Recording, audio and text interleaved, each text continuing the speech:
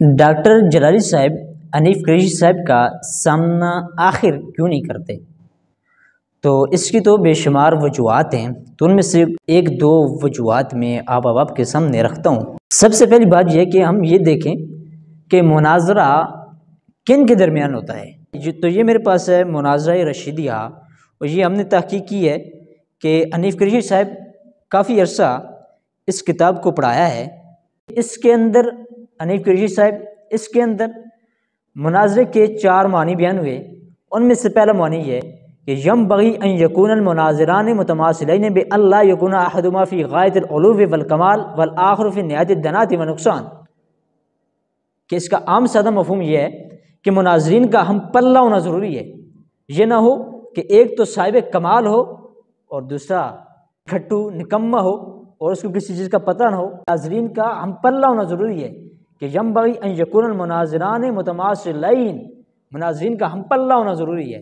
حضرت کے ساتھ حنیف قریشی صاحب، کیا آپ قبلہ کنز العلماء ڈاکٹر جلالی صاحب کے ہم پلہ ہیں؟ آپ کی قابلیت قبلہ ڈاکٹر صاحب کی قابلیت جیسی ہے، ان کا علمی قد کاٹ کہاں اور آپ کہاں؟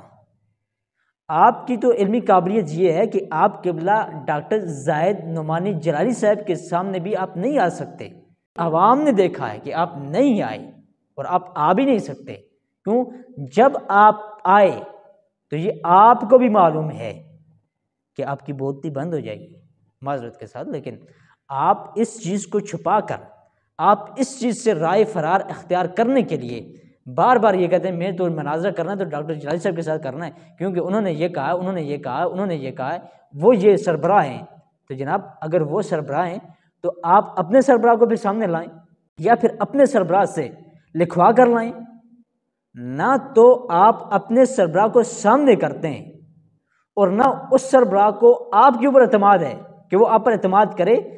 حنیف قریشی کی جیت ہار میری جیت ہار ہے، تو وہ آپ کا سربراہ تو اس پر بھی تیار نہیں ہے۔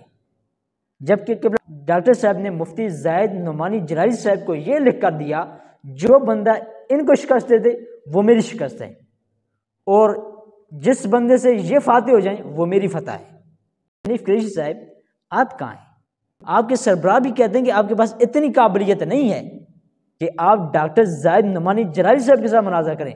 تو آپ بار بار کہتے ہیں میں نے مناظرہ کرنا ہے تو ڈاکٹر صاحب کے ساتھ کرنا ہے۔ اگر مناظرہ کرنا ہے ڈاکٹر صاحب کے ساتھ کرنا ہے، تیسری بات یہ ہے کہ ڈاکٹر صاحب جیسا علمی قد کاٹ لے کر آئیں۔ پہلی بات یہ ہے کہ اگر کرنا ہے تو ڈاکٹر صاحب جب سربراہ ہیں تو پھر اپنے سربراہ کو سامنے لائیں۔ پھر دوسری بات یہ کہ اگر نہیں لا سکتے اور ہمیں یقین ہے کہ نہیں آئے گا کوئی بھی سربراہ، پھر اپنے سربراہ سے لکھوائیں کہ میں اگر جیت گیا تو آپ کی جیت ہوگی، میں ہار گیا تو آپ کی ہار ہوگی۔ پھر تیسری بات یہ ہے کہ اگر یہ آپ دونوں نہیں کر سکتے اور ہمیں یقین ہے کہ نہیں کر سکتے، پھر اتنے قابل آپ بن جائیں کہ ڈاکٹر صاحب کا مقابلہ کر سکیں۔ آپ تو ڈاکٹر صاحب کے شاگردوں کا مقابلہ نہیں کر سکتے، اور پھر آپ کہتے ہیں میں مسئلہ ختم کرنا چاہتا ہوں۔ مسئلہ ختم کرنا، یہ تینوں چیزیں میں پیش کر رہا ہوں، ان تینوں چیزوں میں سے کوئی ایک چیز مان لیں تو مسئلہ خود بخود حل ہو جائے گا اور کسی اور طرف جانے کی ضرورت ہی نہیں پڑے گی۔ لیکن آپ نے بھی تو آخر دنیا کے اندر زندہ رہنا ہے، اور دنیا کے اندر زندہ رہنے کے لیے پیسے کی ضرورت ہوتی ہے۔ تو لہٰذا ہماری یہ گزارش ہے کہ ان تینوں میں سے 2 پر تو عمل آپ کریں، لیکن 2 پر نہیں کر سکتے پھر تیسری پر عمل کریں۔ تو یہ آپ نے پڑھایا بھی ہے، اپنے شاگردوں کو آپ یہ پڑھاتے ہیں کہ ینبغی ان یکون المناظران متماثلین، تو لیکن آپ خود اس چیز پر عمل نہیں کرتے، قابل نہیں بنتا۔ تو قبلہ ڈاکٹر صاحب اسی وجہ سے آپ کو منہ نہیں لگا رہے، آپ کا علمی قد کاٹ ہے ہی کوئی نہیں۔